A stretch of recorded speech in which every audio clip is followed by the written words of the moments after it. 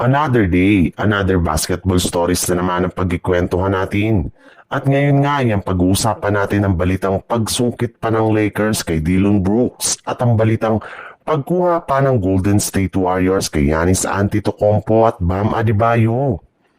Kahit man nga naipanalo ng Lakers ang kanilang game ngayong araw, ay may ilang mga trade rumors pa rin naman nga ang nagsilabasa ngayon patungkol sa kanilang team. At isa nga sa naibalitang trade na dapat nilang gawin ay ang pagkuha nila kay Dillon Brooks at Nick Richards mula sa Phoenix Suns na siyang magpapalakas pa ng gusto sa kanilang depensa gamit ang kanilang mga player na sina Rui Hachimura at Gabe Vincent.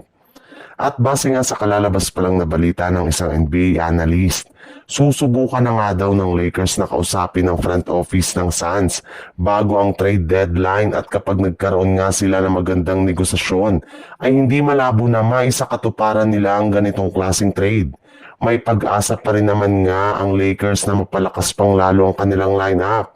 At isa nga daw yan sa mga kailangan nilang gawin para tuluyan na silang maging isang ganap na championship contender. Matapos nga na magkaroon ng Golden State Warriors na magandang performance sa kanilang mga nagdaang game pa lang ng preseason ay meron na nga silang tsansa na makapag-compete sa kampyonato. Mas nag-improve na rin naman nga ang kanilang lineup, especially ang kanilang front court kumpara last season. Pero sa kabila nga ng maayos na kalagayan ngayon ng Golden State Warriors ay hindi pa rin nga sinasarado ng kanilang front office ang kanilang kagustuhan na makakuha ng isang legit na superstar big man sa mga susunod na taon. At kasama na nga ang mga pinagpipilian nila ngayon na bagong center ay sina Bam Adebayo mula sa Miami Heat na kasalukuyang nire-recruit ngayon ni Jimmy Butler na lumipat sa Golden State Warriors. Kasali rin naman nga si Giannis Antetokounmpo na hanggang ngayon ay plano pa rin nilang kunin sa isang trade sa mga susunod na taon para itandem kay Stephen Curry.